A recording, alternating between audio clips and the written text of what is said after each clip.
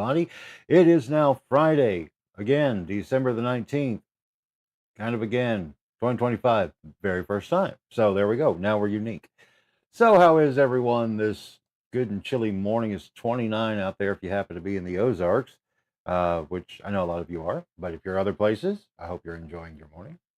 Let's see if I can find that little live stream so I can get caught up and stay caught up with the comments as we do this thing once again because fun and merriment is to be had by all this morning. Let me try that again. Oh my, so what is the big day? There it is. Okay, so let's get that one pinned to the top. There we are. And now we're ready to go again. It says I've been 41 seconds into this thing. What a wonderful way to wake up your day. And my demo cam is once again not wanting to cooperate, but I will get that worked out because it was such a fun and cute experience. Well, setup I had for you today. Let me send you a picture. Get out of there. So anyway, today's big talking point story that they'll do is, here we go. Let's see if I can. Well, we don't need to hear me talking to me, to you, in record time there. Let's see. Can you let me do a picture? It won't let me do a picture. Well, it was really cool. Wait, nope, there it is. Failed to download. I don't want the sticker pack. I want to put a picture up. Well, never mind. I tried. Anyway, I'll just share it later. Anyway, it's a cute picture. Gosh darn it, Flip posed so well. Anyway, okay, so today the big talking point that will be permeating the boxes. Today is the Epstein Day, the E Day, when all the files are going to be released and probably heavily redacted and whatever. Personally, I think that is like the most moot thing ever. Because I'll be honest with you, with the big they that runs the show, if there is a big they, right? Well, if that dude had dirt on you, and it's been since 2019, I think that dirt would be long brushed away, swept up, thrown into the dumpster. Because who would be that dumb? Well, I'm sure there are, actually. What else is going on, though? Oh, hey, did you know Arkansas? We're turning into a data center hotspot. Planned sites rising from 6 operating to 13, fueled by AI demand. That's what I want to talk about in a little bit too, because it's kind of a big deal. Arkansas Supreme Court lawmakers can amend voter-approved constitutional amendments with a two-thirds vote, shifting more leverage to the legislature and igniting direct democracy blowback. This is why the virtual stump exists, kids, because the people that you are going to select and elect to represent you need to be very aware of this and very much involved there. Let's see. Oh, in Little Rock, one was sentenced to 24 months. Here, I'll put this on the screen with you. A woman in Little Rock was sentenced 24 months for $2.1 million in COVID loan fraud. Farm money. Trump announced $12 billion farm aid package. Okay, well, that's good. Arkansas seeing a whooping cough surge, nearly 500 cases. It's the highest since 2013. And of course, doctors are urging vaccination. Polk County, the sheriff's office investigating a fatal shooting near Atkins. Well, that's a bummer. Okay, here it is. The FC files deadline. Da da da da da. God, it's going to be messy on the box today, kids. Mind your mind. Okay. Healthcare politics. GOP moderates are warning of blowback if Congress doesn't extend ACA subsidy. Okay. The marijuana policy shift. Okay. Oh, let's see. Defense money mess. The Pentagon failed its eighth audit. Yeah, is it's now publicly targeting 2028 to pass. So you got plenty of time there, fellas. Drug war escalation, inflation. Okay, you know what? It's the same old dog and pony show that we're all either slightly amused by, totally engrossed with, or absolutely distracted by.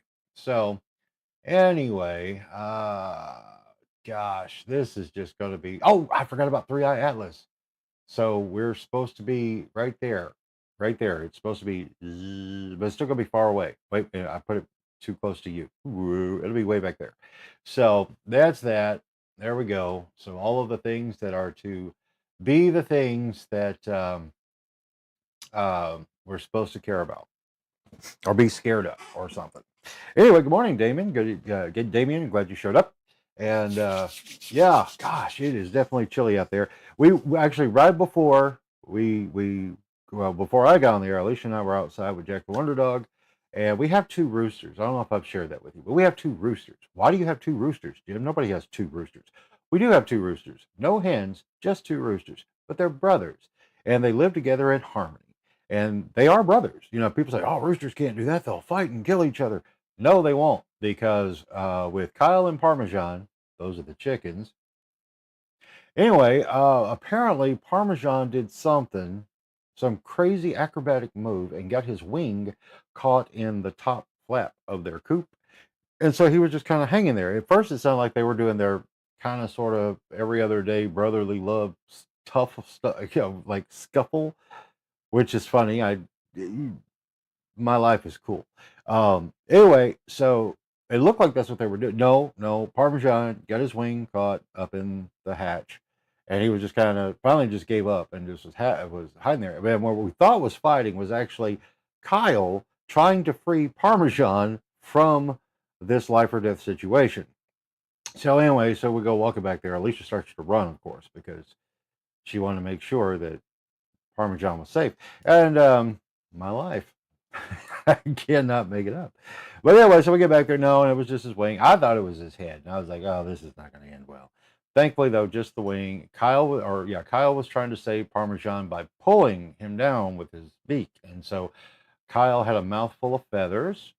Parmesan had a mountain load of embarrassment. And all is well now. Our roosters are safe and sound.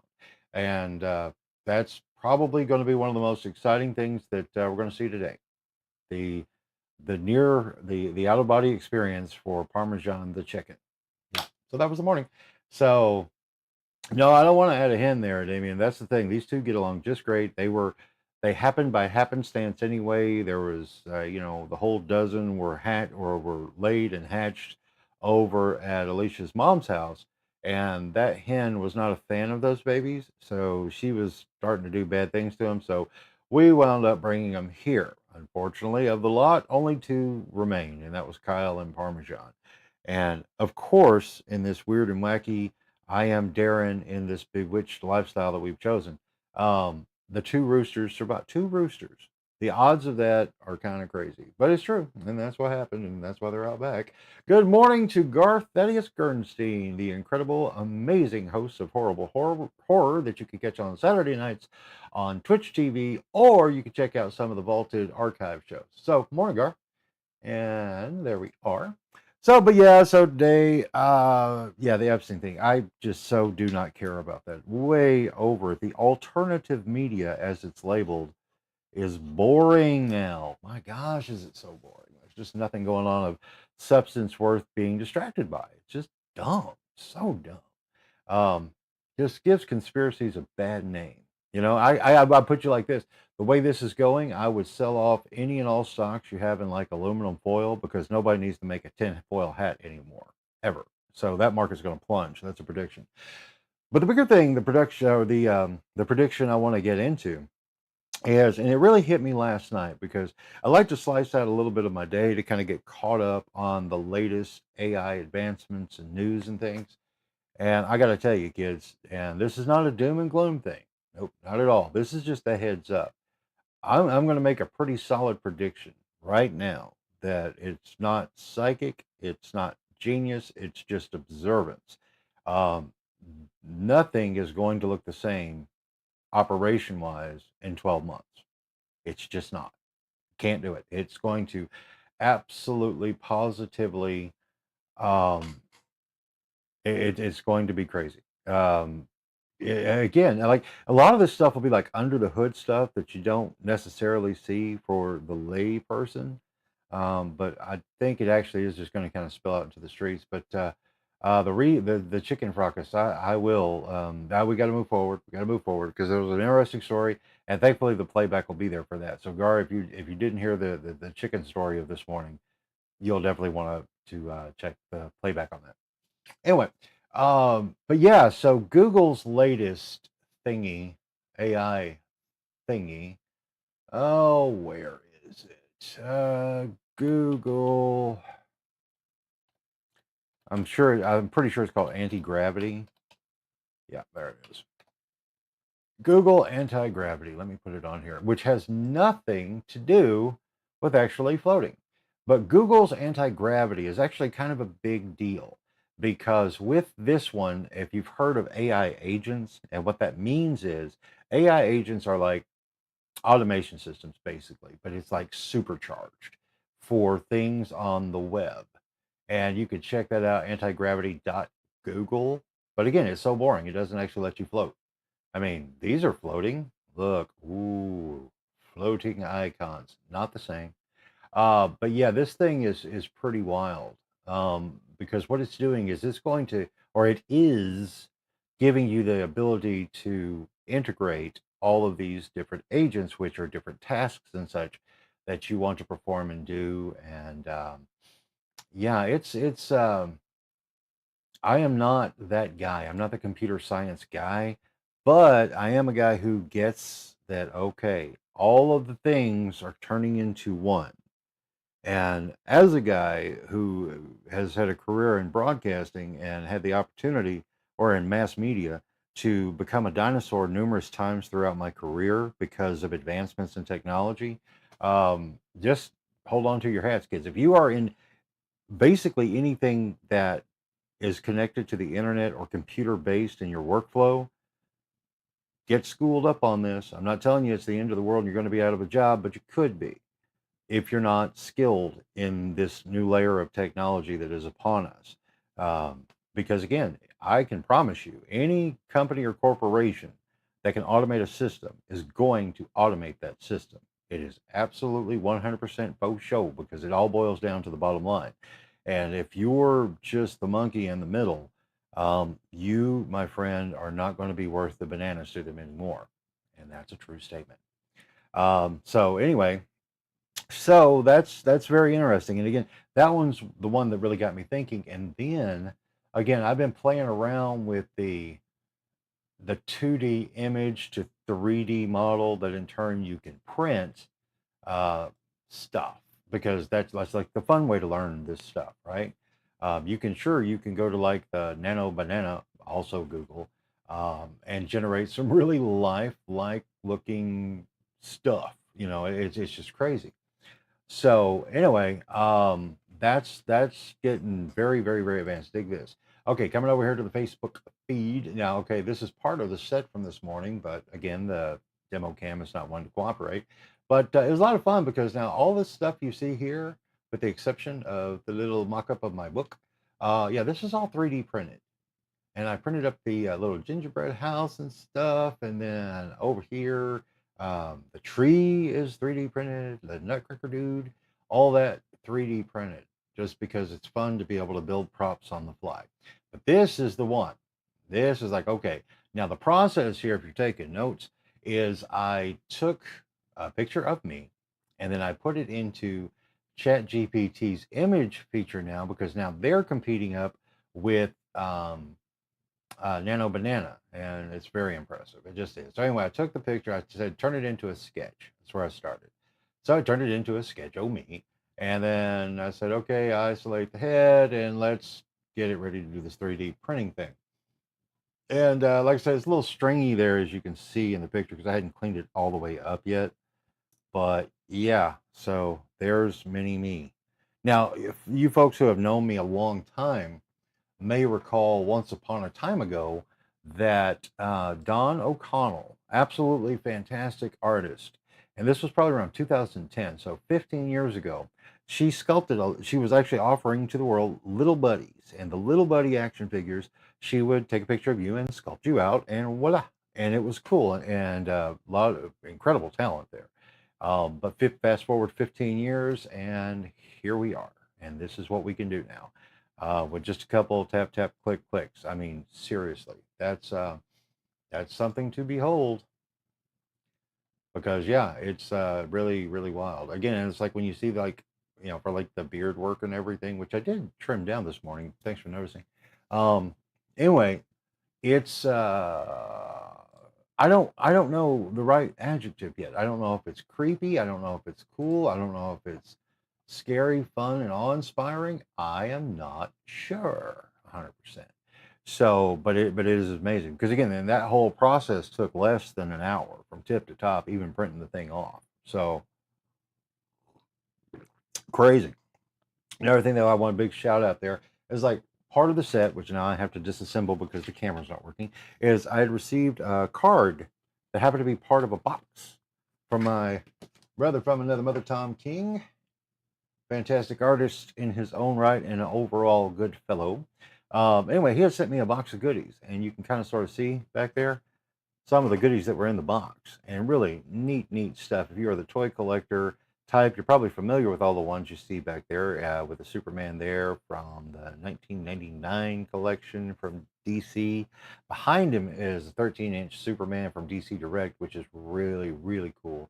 And then the Origins line from 2008, I believe it was, that features Captain America, Green Goblin, and Spider-Man. And man, you talk about brightening a day. That was a lot of fun. So we'll talk more about that because I was actually kind of rebuild that my shrine shelf back here for the sake of goodness and fun. But like I say, just got a little tied up with some stuff. And that's the thing. I don't have to be in a hurry. It's my world. It's my life. My reality. But I do want to talk about this thing about the way things are shifting fast. And I just want to encourage you to get, whether you like this whole new AI thing that's happening, not coming, happening.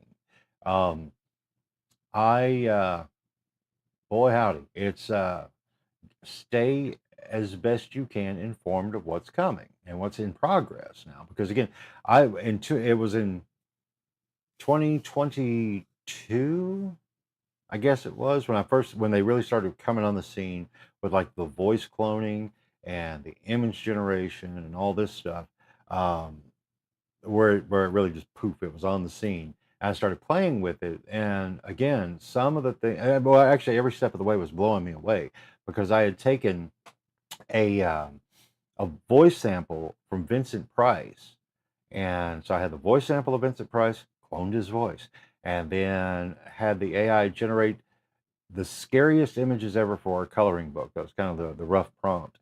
And it started spitting out the pages. And so I just put it all together in the world's scariest coloring book and had the AI write a commercial for it and then had the AI voice clone of Vincent Price narrate the thing. It's on my YouTube page. And again, and that was like years ago. Now let's see, let me get over there and see if I can find that real quick. Just put it in the comments if you haven't seen it. But I was playing around with it then. Just again, I like to play with this stuff because I just want to know what's a coming and what's a happening. Let's see here.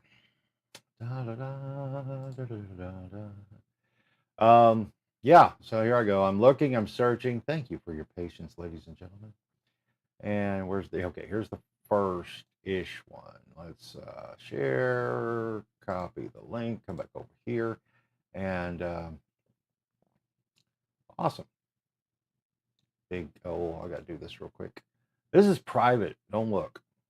And it's not cooperating. But I got the message. Thank you, Gar. With that said, anyway, I just didn't want to cooperate. Let me throw this link in the comments. Again, this was like the first like head to toe type of thing I had done with the AI back then. Let's see, what year does it show it being posted? So it was 2 years ago. So I guess 2023 is when I did it. Okay. And then I played with a couple others. Then this one, it was so funny because, and I don't know if you saw this one, Gar, but I'm gonna put this one in. And this one was kind of interesting because it was totally unintentional. I had the AI generate, I think I said generic toy enthusiast, and it kind of looks like a non-costume garb.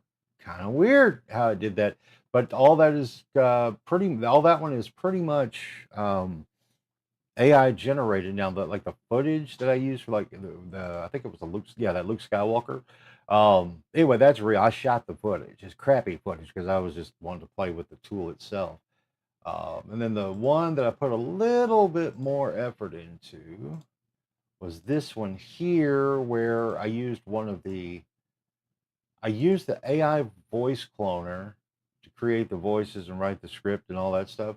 But I still did like a little bit of the old school animation using Crazy Talk, that program that would move the mouth and everything for you, like the puppet thing that I'd used a long time ago. Anyway, so I used that for all of, and then I had to, like I say, digitally, physically um, animate the thing as far as putting the characters in play and all that. So that was, and again, that's 2 years ago. Now, where we are now, like with the Knock Knock app, they can do it for you for the most. I mean, it's got limitations on the parameters. A lot of it's just kind of fills in holes for you. You type your prompt. But either way it goes, this is what's happened just in the past 2 years, from the clunky stuff that I put together to the stuff that you'll see out there now. Um, let's see. I'm putting the links into. Well, here. Let's see. Let's see if we can do this. I just don't want to goof up the audio, so we'll go back here and let me do it like this. Okay, here we go. So we'll start with this one. Introducing the scariest coloring and activity book you'll ever own. This thrilling coloring book is perfect for anyone who loves all things spooky and wants to experience a bit of terror while they color. You'll feel like you've entered a haunted world as you color your way through each page. This coloring book also includes a variety of spooky activities that will keep you entertained for hours. With over 50 pages of terror-inducing fun, this book is perfect for Halloween or any time of the year when you're feeling a little bit spooky. Scary coloring books can inspire a sense of awe and wonder in us, reminding us of the mystery and terror that lies just beyond the edge of our understanding. They can awaken our senses and sharpen our perception, opening up new pathways of imagination and creativity. Who knows what frightful wonders you might uncover? Order your copy now at jimstoybox.com today and face your fears or find new nightmares to haunt the shadows of your mind. See, and okay, now we get that. So we don't want that double speak, right? So, okay. All right, fellows in the chat. Did you see that? And how is the audio? Because I don't know how well that worked. Because I've been wanting to do that. I just haven't done that. So let me close that. And then we'll do another one. We're doing some show and tell this morning, kids. Let's see. But yeah, getting back to chat. How did the audio sound on that, guys?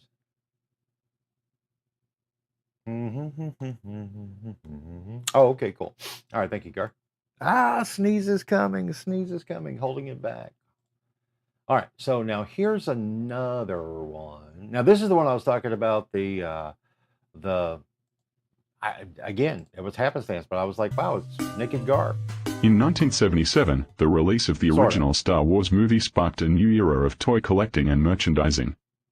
Kenner Toys, which had the license for Star Wars toys, quickly produced a line of action figures that included the first Luke Skywalker figure in 1978.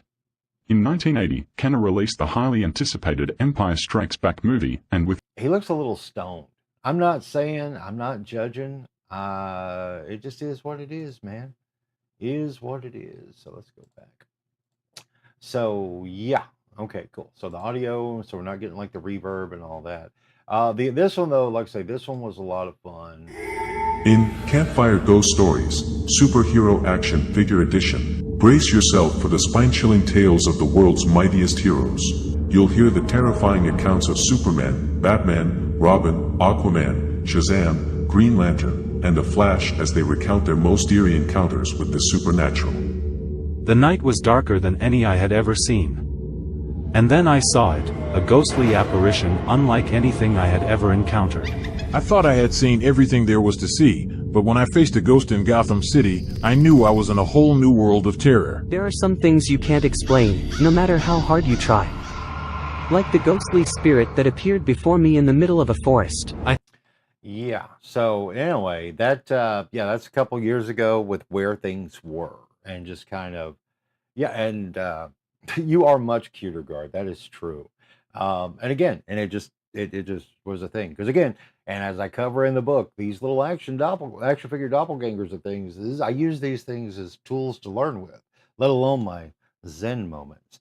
But yeah, so anyway, but then when we come back down here, let me get to one where we see, where are you? That's me. Come on. But again, I show that just to kind of juxtapose what's going on and the advances of things. Come on, where are you? I guess it's been a while since I've posted one of these. Like this one here with Ned, you know, there you go. Smooth animation. All I did was take a picture and just say that Ned was saying good morning, howdy ho, neighbor. Yeah. And that was like super simple, super duper easy, crazy even. Let's see. And then there's this one was fun with Bizarro there. Just that simple. And then the AI went all kinds of just derp on the calendar. I don't know why it decided it wanted to do that, but it was Bizarro World, I guess, was the big thing. And what else we got here? That one I didn't put any jazz on. See, and this is just old school. We were filming in camera with guys that blow up T-Rex suits. See, that's better. Practicals. Wow. Then let's see if there's one more up in here. Because I had the one Ace Frehley. Now there's the one where he just puts it to Gene after Gene said such an ass remark. So we got that. And anyway, but you get the point. I hope. I hope you do. I hope you see. Because again, things have advanced remarkably fast, and they're not going to slow down. Another prediction I will make for you that I am pretty certain of, and I've taught when I've had some conversations with some folks, that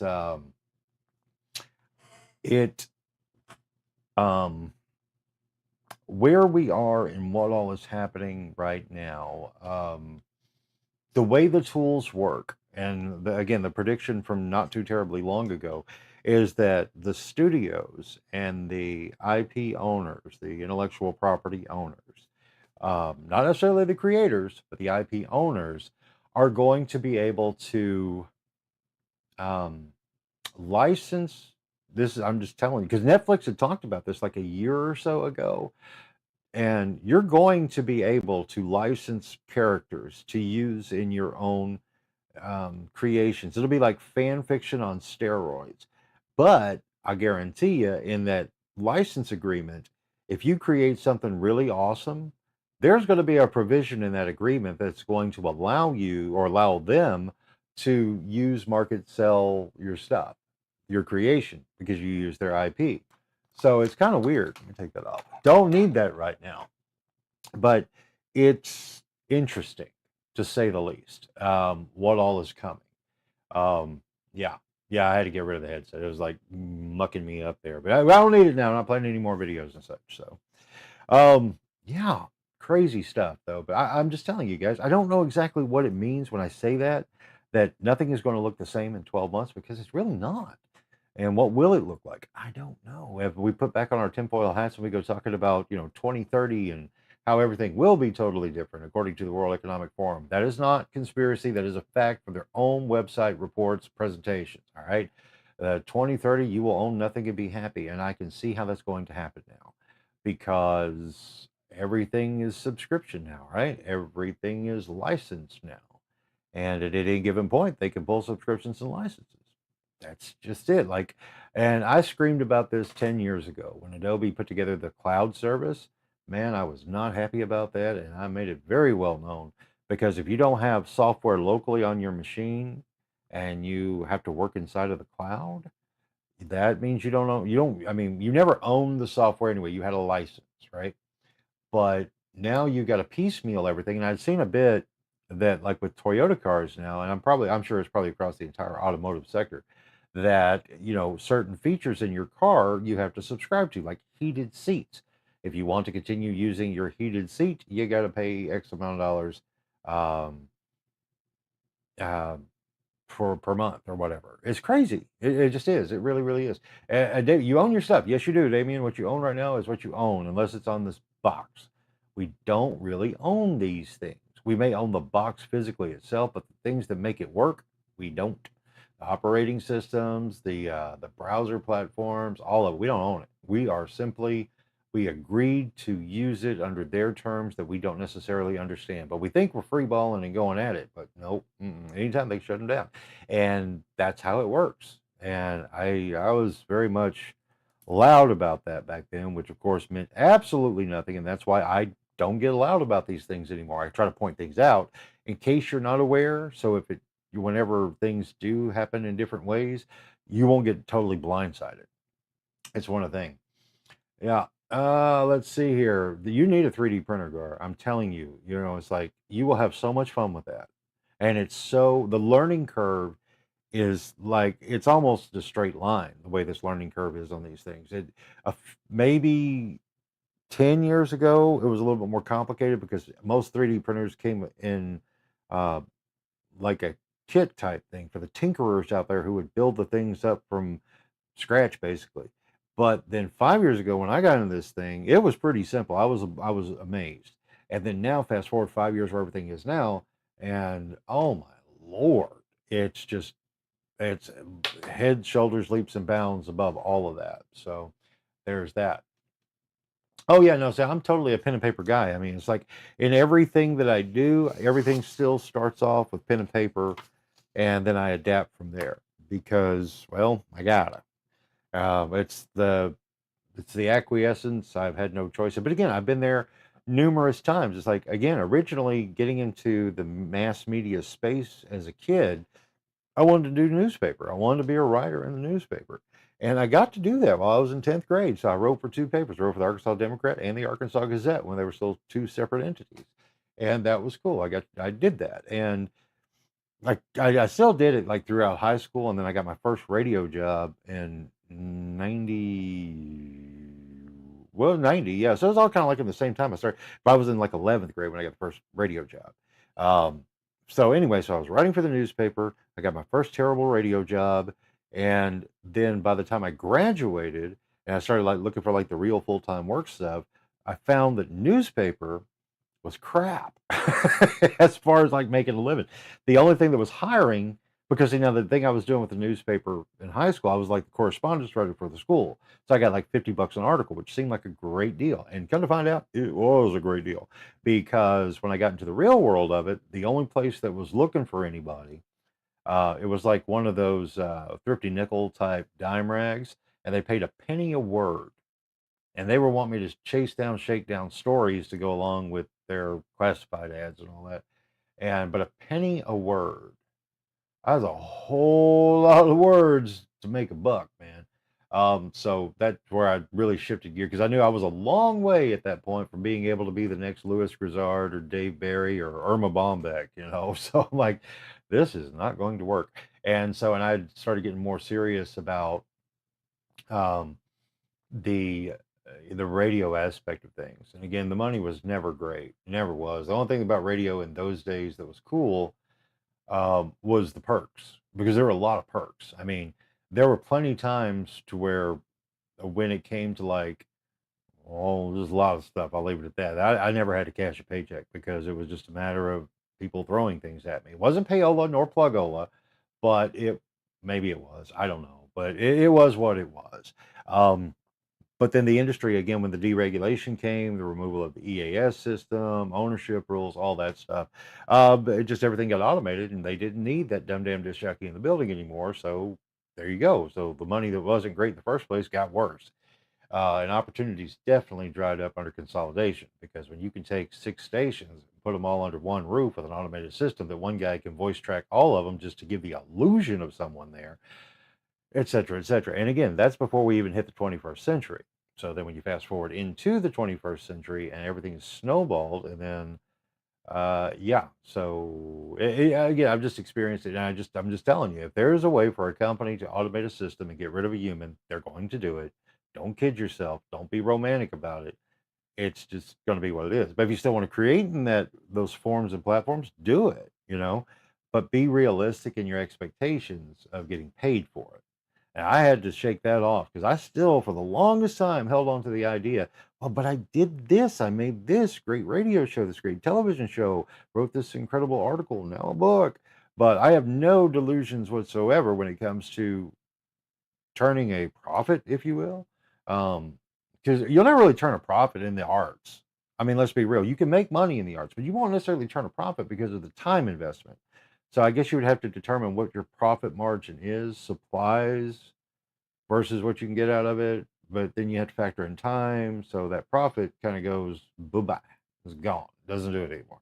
So I don't know. It's interesting. But then again, as far as the big World Economic Forum plan and the things that they really are rolling out, and you will see it as we go. And I'm just trying to give you a heads up. But once we get to that point of the universal basic income digital currency system that none of us have control over, okay, we don't. We can yell and scream about it, stomp our feet, listen to people on YouTube saying whatever they want to say. We don't have control over that, and there's never going to be enough humans who are going to unite enough to keep, well, to put together an alternative, like a barter system again. I can't remember what year it was, like 2009 maybe. One group had put out the Zeitgeist movie and talking about we need to go back to the barter system and all this. It's like that sounds great in theory. However, you and I trading shekels and goats is not going to be what the electric company takes as payment. So there you go. Let's just get real. And again, I'm not trying to be like preachy or anything like that in this. I'm definitely not saying you need to acquiesce now, assimilate, we are one. It's just the reality of what we're facing here. So it's best to have the knowledge and the information of what's happening. And that's the main thing I'm just trying to get across this morning. But let's look at the positive side of these things, okay? If we did not have these advances in technology, as we have experienced them over definitely the last century, a lot of things we would not be able to do. And I like the creature comforts of the modern era. I really do. I'm not gonna lie. I do not. I mean, as a kid and growing up, and my grandparents on my mother's side had a simple little dirt farm, right, down in Redfield. And they grew your basic crops. They picked crops. They drove into town and they peddled their crops, as they say. And they did that, and it was okay. But they were still on an old farm to where it was still an outhouse with no running water in the actual house, the wood burning stove thing and all that. And that's charming. It makes for a great Hallmark movie and an idea of how great it once was. But no, it's not. If you long for the days of walking in the winter out to the outhouse in the dark, knock yourself out. Have fun with that. Me, I'm good. I made my quota by the time I was 6 and realized what was going on here. And then in the summer, when it's hot and all the critters are slithering around those boxes, I'm good. I will stick with all the modern conveniences that we have. I like it a lot more, for sure. So anyway, again, you can't fight the monster, but you can do your best to mitigate it. And we're really at an influx point. But the problem is like there's so much crap inside of the media space that's really the entertainment space. And talk about a great gig that turned out to be, right? We went from scripted radio, television, movies, and everything that were great and they were fun, and then we evolved to when reality television and game shows took over prime time back there in the late 90s. Boy, I knew that was the kiss of death because those things are so easy and cheap to produce versus scripted things. But notice the scripted things are still doing quite well for themselves because they were becoming more rare and people were longing for that experience. But yeah, it set the tone and changed the pace. The paradigm shifted, and then it was nothing but reality TV and game shows. And then they kind of phased and petered out because the internet really took off, and internet allowing for faster video and YouTubes and things like that. Everybody could create, and they did. And there was a lot of great stuff out there, and there still is. But now we've got the AI stuff getting integrated in, which is great in a lot of ways because it gives people the tools to create with. That I think is good. I think it's beneficial. It's like I can't draw for nothing, but I can use these tools just like I would with Photoshop or any other graphics design tool, and I got a better shot at actually. I can't do hand lettering. It's not going to happen. And it's like drawing. No, I'll never, like even looking at my current profile picture up there, I can't draw that. I always wanted to draw that. I know people who can do it, but I can't do that. And why stymie a creative idea? Because of the lack of a tool or a natural talent that you just can't get. And yeah, you think the Brits are still writing their stuff. The Brits are really ate up. I mean, seriously, because I won't disagree that they've got that's the thing. Foreign television. That's always been. As the older I get, and the more we're connected in the world, and then when the reality hits you, that the things that you see on the box, especially with the big three, the ABC, NBC, CBS, was not the end all be all of entertainment available. And then when you do get plugged into like the BBC stuff, because like as a kid, I'm pretty sure everybody here remembers that it was, PBS was great because it brought us Doctor Who. And like I say, Doctor Who for me will always be Tom Baker. I get it, the shifting, morphing, what I don't care. Tom Baker is my Doctor Who. He was just cool with his curly hair and his scarf and all that. He was just, there was something about him that was just cool and it popped. And none of the rest have just grabbed me like he did. But then again, maybe it was my age and being introduced to it in that manner.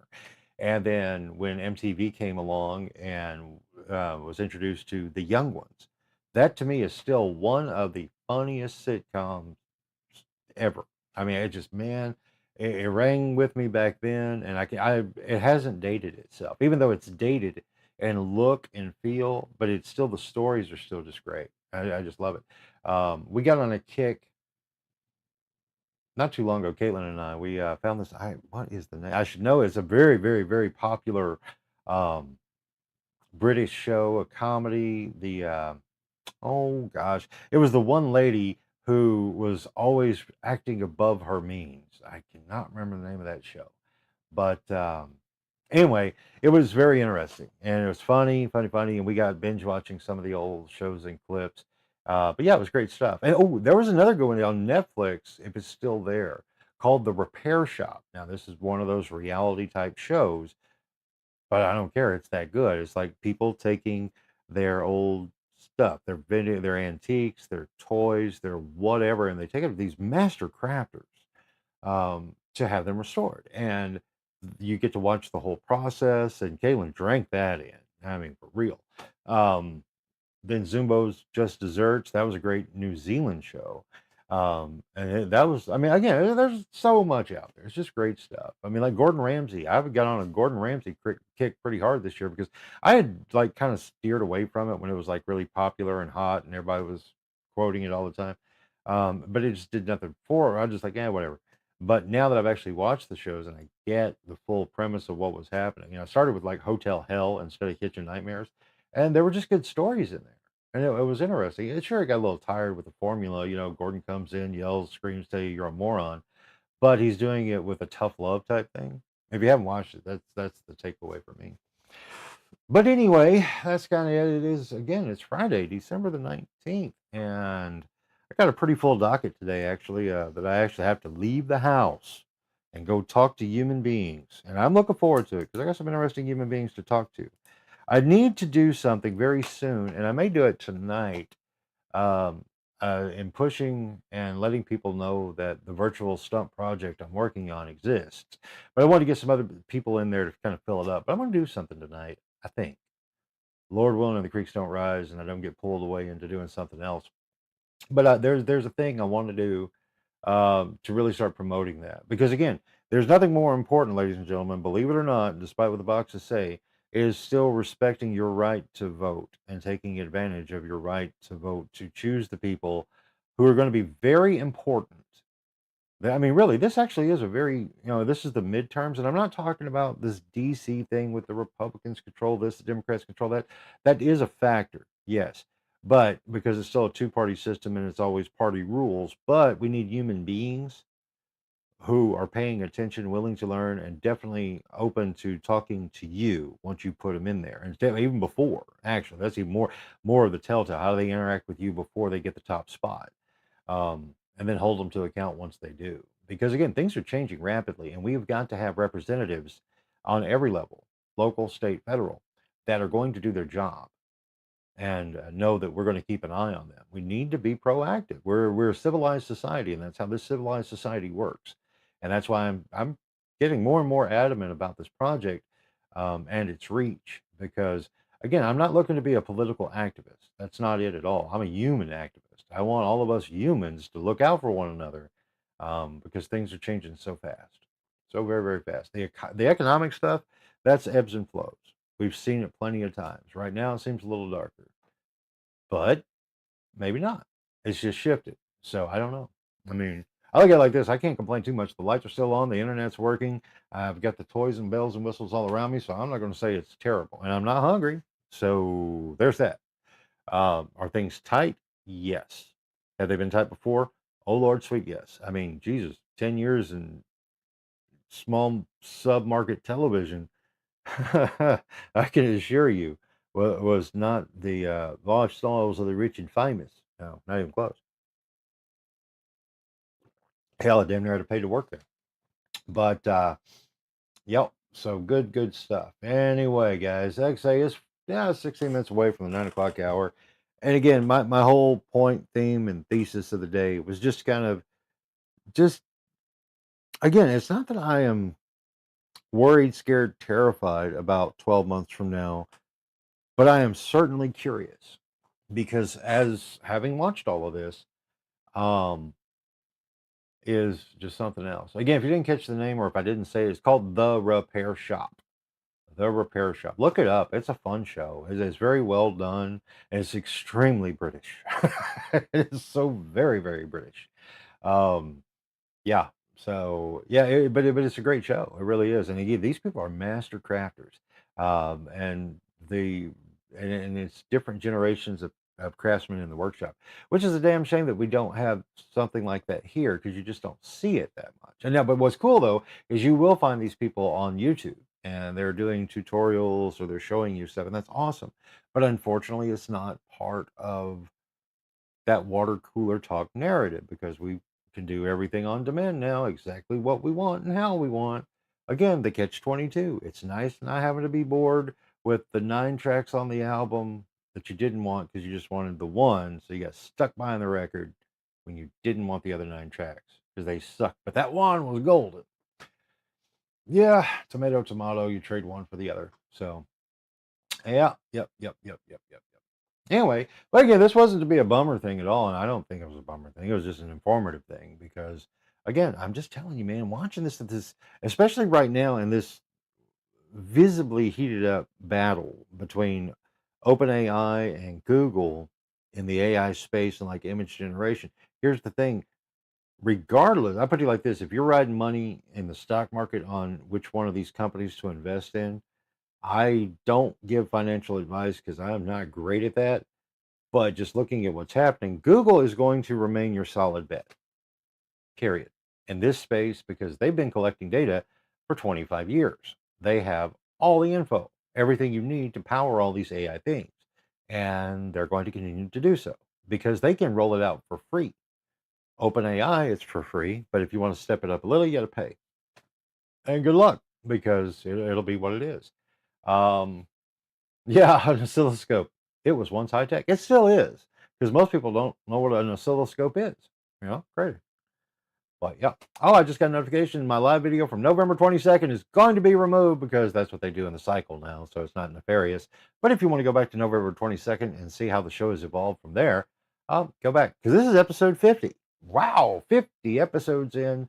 When I did the first one, I had to fight like hell to get myself to do that one. So, but now 50 episodes later, I have burned up some data, filled up my digital footprint, got somebody screaming and yelling for all those same carbon causing reasons. And it's fun. But yeah, I don't know, guys. It's an interesting time. I think when I get off the air, like I got the thing I'm working on, I need to finish up. And then I got to get on the road to see people and do things. But yeah, it's like things are just rocking and rolling, man. Just going at it. And let's see what's happening with this Epstein thing. Remember, if it turns into anything of any substance, I will be amazed, blown away, shocked. But I'm pretty sure it's another nothing burger just to do that emotional thing. Yeah, people up to a fever pitch just to crash them down with no payoff or delivery. And that is horrible for the psyche, truthfully. And you don't have to be a psychologist or study any of that to know. And that's how the algorithm, that's how the feeds work. You scroll happy, not happy. Not, oh my God, that's terrible. Happy. And the up and downs of it. And it's done damage to people. You can see it. Because I mean, think about it. When you're out at, like, say, the Walmart and you're walking around, and thankfully you can keep moving because you're strolling past all that not happy. Oh, there's somebody made eye contact. Oh, I read their mind, and that was a rude thing to say. so you can stroll past people, but still get the same emotional roller coaster, I guess. Huh, interesting. Um, yeah. Wow. Loading the encyclopedia into the terminal to all the terminals. See, that's your fault, Gar. You started them. You gave them all the encyclopedic knowledge, and thus the AI was born. Yeah. Oh, like the dome. Yeah, that's a disaster. The dome in Vegas, is that what you're talking about? Or the dome that's encompassing the planet? Either way. But yeah, that Vegas dome thing, that seems to have been a bust. They spent a lot of money, nobody's going, and it's kind of a really big, expensive one note joke. So yeah. Anyway, I guess we're gonna call it because I really do need to get back to a couple things I need to tie up really kind of quick.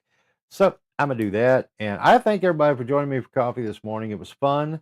I had a good time. And again, just start looking at this stuff. Figure out some system you can use, just get an update. And guess what? The AI systems can do that for you. Just to give you a rundown, just to stay on top, because it will impact every aspect of society, because everything works in the same manner around a financial system. Period. No arguing that. If you're going to work inside of here. Yep. Yep, that's right. A reaction is all you. All you. And there's no reason to fear it at this point. Now, if we do, oh, here's a funny, you can look this up. Because it came across one of my digs last night. But anyway, did you know? Well, you're going to know now. Arnold Schwarzenegger has a podcast. Okay, no big deal. However, it's not really Arnold. It's sanctioned by him. It's licensed by him, but it's not really Arnold. It's like a bodybuilding tip thing, healthy living type thing, but it ain't Arnold. It's his voice cloned to produce this podcast, and it sounds just as good as Arnold does. Take it for what it is. But that's what's already there. That's what I'm talking about. People are going to license intellectual properties, trademarks, copyrights, all this stuff, and create things. I'm sure there'll be people will stay on brand. But what was funny about that? You know what's funny about that? You know what's funny about that?